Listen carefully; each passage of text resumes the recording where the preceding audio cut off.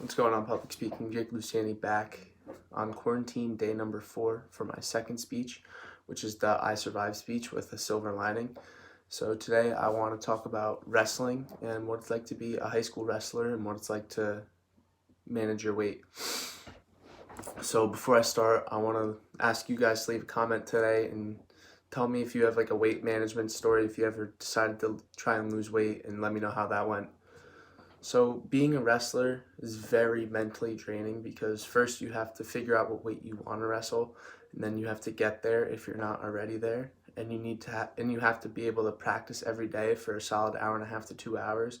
And wrestling kind of is a sport that affects your entire life because your whole day you're like tired and you're like you don't want to go to school. You just have to focus on losing weight, and you're just dreading, like you're starving the whole day and you're just really hungry.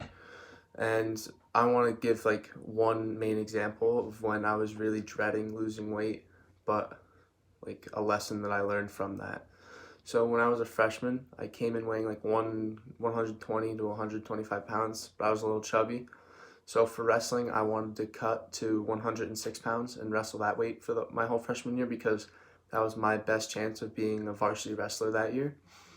So at the beginning, it was going really, really well, really smoothly. I went from 120-ish, like 113 or 114 in like a couple weeks.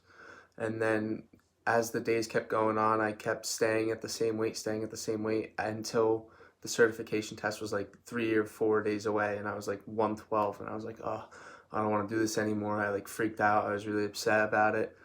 And then like the next day I woke up and it was like 2 days before, and I just got on the scale. I was like, oh dude, I'm gonna be like 115 or whatever, I give up. And then I got on the scale and I was like 109, and I was like, oh, this is much better now. And I kept persevering and I kept working hard. And then when certification day came around, I was on the scale like 106, which was exactly what I needed to be. So the lesson I learned from cutting weight for wrestling is to never give up, and you can always achieve whatever it is that you want to achieve. And wrestling teaches you lessons like that in general, always about perseverance and things like that.